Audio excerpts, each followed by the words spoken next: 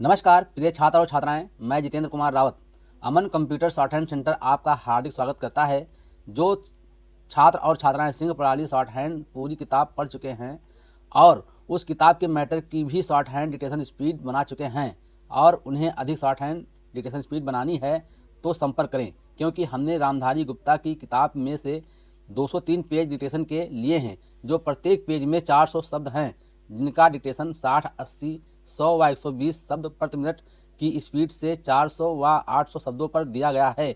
जो छात्र व छात्राएं विधिवत रूप से इन मैटरों का होमवर्क करके व्हाट्सएप पर चेक करा के अपनी शॉर्ट हैंड डिक्टेशन स्पीड बढ़ाना चाहते हैं या आउटलाइन प्राप्त करना चाहते हैं या शॉर्ट हैंड पढ़ना चाहते हैं तो संपर्क करें। मोबाइल नंबर 91 98 94 39 41, दूसरा है 700 790 52 75। अतः संपूर्ण पढ़ाई व्हाट्सएप पर वीडियो के माध्यम से कराया जाएगा। धन्यवाद।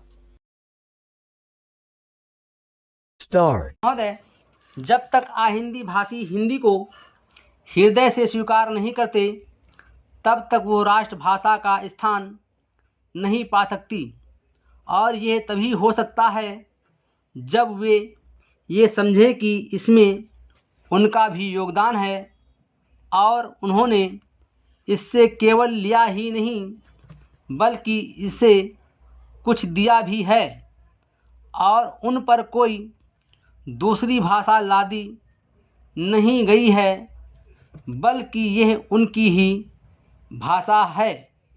मेरे कहने का अर्थ यह नहीं कि आप उनकी ही व्याकरण अपना लें। इसका अर्थ यही है कि आप उदारतापूर्वक जितना ले सकते हैं ले लें।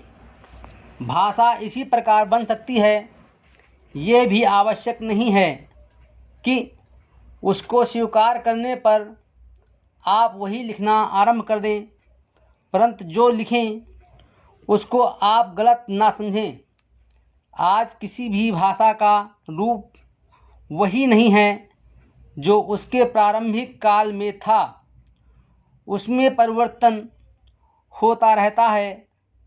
हिंदी के इतिहास में भी आपको यही बातें मिलेंगी। मैं हिंदी का कोई विद्वान नहीं हूँ, पर मैं अपने अनुभव से कह सकता हूँ कि उसमें भी पिछले 500-600 वर्षों में बहुत अंतर पड़ा है तथा पहले की और आज की हिंदी में काफ़ी अंतर है। इसलिए नवयुग में जब वो देश की भाषा बनने जा रही है तो उसमें थोड़ा अंतर करना भी पड़े तो वो स्वीकार कर लेना चाहिए, जिससे उसका अन्य प्रदेशों के लोगों के साथ मेल बैठ जाए।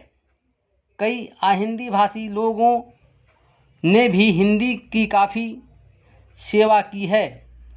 आप के राज्यपाल महोदय आहिंदी भाषी हैं और इन्होंने अपनी भाषा की बड़ी सेवा की है। ये भी हिंदी के पक्ष में थे और इन्होंने बड़ा योग दिया, जिसके कारण हम संविधान सभा में सफल हो सके।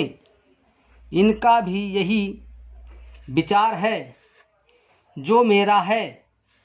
मैं चाहता हूँ कि इनको भी हिंदी की सेवा करने का अवसर दिया जाना चाहिए।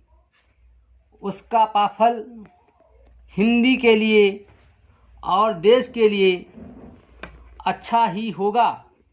मानपत्र में आपने संस्कृत के संबंध में कहा है। मैं मानता हूँ कि हमारे देश में संस्कृति का अध्ययन आवश्यक है, क्योंकि देश की सभी भाषाओं का स्रोत वही भाषा है। संस्कृत से हमारा संबंध अटूट है। इसकी पढ़ाई लिखाई कम हो गई है, यह हमारे लिए दुख की बात है। मैं आशा करता हूँ कि इसकी उन्नति होगी। Full stop.